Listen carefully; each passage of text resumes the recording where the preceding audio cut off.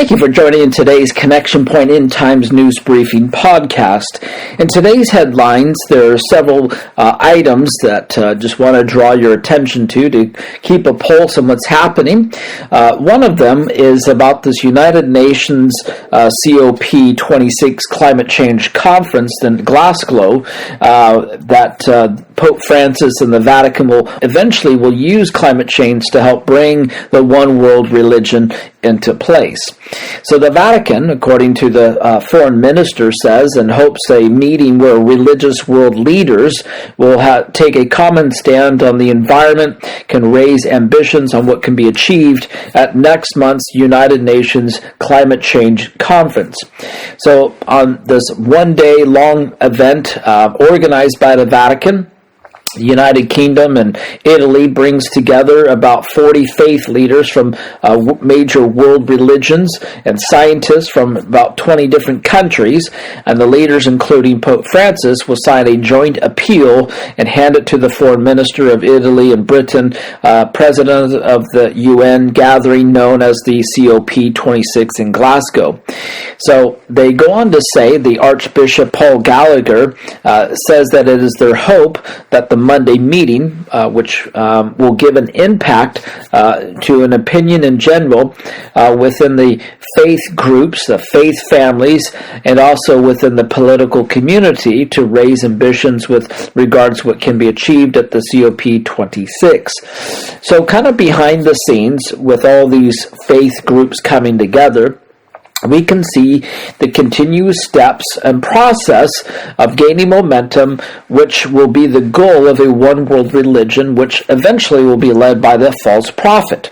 As we know, during the second half of the tribulation period, again, we won't be around for this period of time, but the Bible talks about it because we'll be raptured before the tribulation begins. But Satan will empower this false prophet to deceive the world into worshiping the Antichrist. So these are just the beginning stages that we're starting to see this piece of the puzzle coming into play. So again, when we're seeing climate change, we're seeing anything that the Pope's involved in, we're kind of connecting the dots of this one world religion and how all these other faith groups coming together. So that's one of those key things to keep a pulse on, especially in these end times. The second headline news to kind of be aware of, to draw your attention to, is this growing tension between Taiwan and China. There's always been tension there, and this next one will kind of fall into the category in the signs of the times of wars and rumors of wars. But just the other day, there was a report that talks about how there are 77 Chinese warplanes that entered into Taiwan's defense zone in a span of 2 days. So China sets the new high incursion to Taiwan's airspace and defense zone over 2 days, the Defense Ministry in Taipei said on Saturday. China, dubbed as the so-called sleeping giant, continued to bully and claim territory to its neighboring countries. And so China claims Taiwan is part of its territory under the One China principle, although Taiwan's a whole separate country, not part of China, but China wants to take over Taiwan. But we see that there's these 77 planes in total that were deployed in 2 batches into Taiwan's defense territory.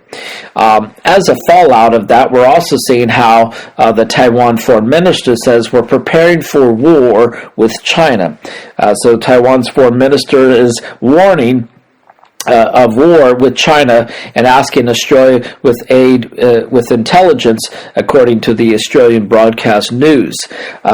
I don't think it's hard to fight against China. As powerful and as big as China is, Taiwan doesn't really have much of a chance against them. They can do what they can, and try to fight it, but it's so hard because of how powerful China is these days. And with the weaponry, with the military backing, the financial backing, we see how powerful China is, and we really don't have any other countries really coming to Taiwan's aid that can really stand against China. And there's even another report that talks about how Russia and China are already winning the nuclear arms race. So the nuclear buildup the EMP, the electromagnetic pulse weapons, the cyber attacks from Beijing and Moscow put the U.S. homeland at risk like never before, and other nations for that matter. The U.S. has experienced nearly unbroken string of catastrophic intelligence failures in the last 8 years or so. It seems possible that the U.S. intelligence community will fail to predict, let alone provide advance warning of an existential nuclear, cyber, or electromagnetic pulse and EMP attack upon the U.S. homeland from America's adversaries. U.S. leaders have been seemingly unconcerned about the increasingly aggressive and military superior new Axis powers aligning itself against since the end of the Cold War. This alliance by America's two most powerful adversaries is not a recent development. So this has been going on for quite some time, but it's certainly now at a whole new level. So as we see with this tension with China, Russia will certainly increase as each week and month passes by because of lack of leadership in the world, especially with the U.S. due to the fact that they have the most incompetent administration and president in history. We see how both China and Russia can pretty much get away with whatever they want and do what they want because America's not going to stand in their way. And so as we see with the global attacks and around the world is inevitable. And as we see the global scale, so much is going on, from all the political upheaval to the natural disasters, all the tension and all the different mandates that the governments are enforcing. You can see how things are just lining up nicely for a one world government. We've talked about that multiple times, but every piece of the puzzle is coming closer and closer together, and I know we still have a long ways to go, but we're seeing how things are developing one step at a time. So that's it for today's update. Until next time, keep your eyes on the Lord, stay in the Word, stay watchful and ready for the Lord's return. Until next time, God bless.